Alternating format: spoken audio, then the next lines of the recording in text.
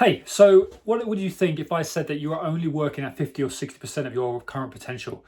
Whether you're a runner, a cyclist, a multi-sport athlete, someone who obviously is training pretty consistently, but that you're definitely leaving a lot of potential on the table. Like all the work that you're putting in right now, you are still not working at your best, and that you could still be getting more out of your training. What would you say?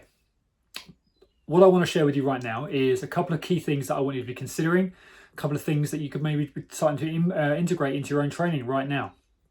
But the authority that I have in this space, where this comes from, guys, is just from experience. Like from talking to a lot of people on a day-to-day basis around what their training lifestyle looks like, what they're currently doing, versus obviously what they could be doing more of. And my role as a coach is obviously to kind of help people keep accountable to the things that potentially they're not focused on enough. They're not doing enough of in their current lifestyle. So, number one, do you have a plan? Are you self-coaching? Do you have a coach in place? What sort of program are you following? Is that progressive in nature?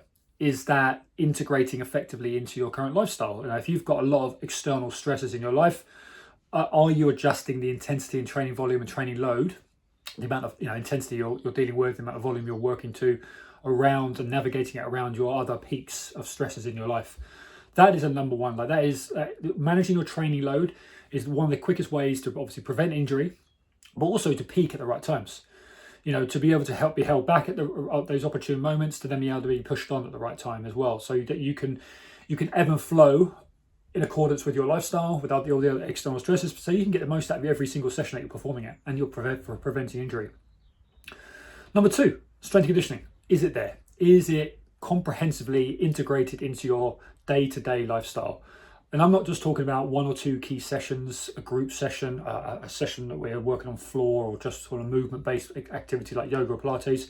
I'm talking about developing real speed, real power, real strength, real stability, real things that are going to challenge you, and not just stop your kind of the downward trajectory of getting older, but and make sure that you're keeping those bones fortifying your bone density, making sure that you've got good ligament strength, tendon strength, muscle strength, but also actually improving those qualities, actually getting stronger as we age. These are just basics, but how do we do that? It's not just one or two sessions a week. It's actually having a framework of one or two sessions or 3 sessions of strength and conditioning work a week, but also integrating mobility work, band activation exercises, making sure that we've got pre-run, post-ride, like pre-pull sessions, like where you're kind of making sure that we're working on thoracic mobility, hip extension, all these kind of key things. And this is what a comprehensive strength and conditioning approach should look like, because it's going to give you benefits in multiple different places across the week. So you're not just hoping that one 45-minute session here or another one later on in the week. It's going to be, that's all you need, because it's not, like we do a lot to kind of unravel ourselves across the week. We sit a lot at desks. We spend a lot more time potentially sitting on our backsides than we do actually performing. So what can we be doing to make sure that we're on point? So a comprehensive approach, an individualized approach to strength and conditioning is absolutely number two. Number three, quality management of your energy availability. Understanding that you are fueling enough. You are working on making sure that you know what that looks like. You've got some level of accountability to the quality of your nutrition. Whatever diet you follow, are you managing that? Is that on point? Do we need to be holding you accountable to more protein intake, whatever the source of protein you're taking? Like that is one of the most common things that we don't see enough of, is people consuming enough protein. And it doesn't matter if you enjoy, if you eat meat or not. It's more about the quality of those macronutrients. Making sure that how much energy you're putting out in terms of your training, if you're equally putting enough in. Like in terms of your body composition, in terms of your menstrual cycle, in terms of your levels of testosterone, all these areas are being considered. But that is key to your energy management, because that is the foundation of your health. Bloods and hormones. Has that a conversation that you have periodically with yourself or your coach or someone responsible to? Understanding that your hormones, your blood, your kind of blood markers are absolutely essential. Are they in place? That is a conversation I would happily always have with you. We talk about a lot at Strength for Endurance, because it's just the underpinning.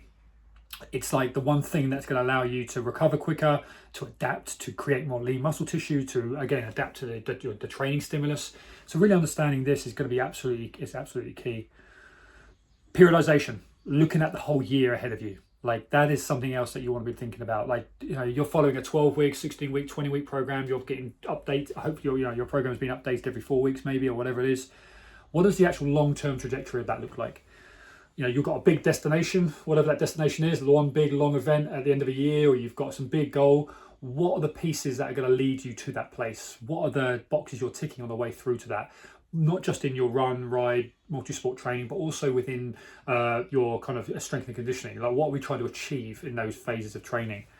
What are the key areas that we need to navigate along the way? Are you getting married, moving house, new job, having children? Like, whatever those are they then locked in place or actually put into place across that annual plan? But guys, these are the things that are going to allow you to optimize your performance. These are the things that are literally the lowest hanging fruit when it comes to like being healthier, because you're going to have a greater understanding of how you train. To just be following a one-dimensional program is always going to leave you hoping that things are going to improve. But when you think like this, and these kind of different departments, managing stress, understanding your physiology, getting your nutrition on point, periodizing your training, understanding your strength and conditioning, these are all just like lowest hanging fruit in terms of making sure that you're getting most out of yourself. So some food for thought. As I said, like, there's always conversation we can take beyond this, but certainly start to like put this down on paper for yourself and go, right, where am I at? Could I be more accountable to some of these different areas? How can I then go about being more accountable in these areas? And as I said, that will start to unlock and unpack some more potential. You'll start to make those 1% improvements in different areas. But that's how we start to then build. And you start to hit 60, 70, 80% of your potential. What that looks like, running performance, cycling performance, multi-sport performance, whatever it is, whatever you love to do, you will notice it. You will notice it in different areas of your life. Your sleep quality, your everything's going to improve. So have that mindset moving forward, and you will see a significant percentage increase over time.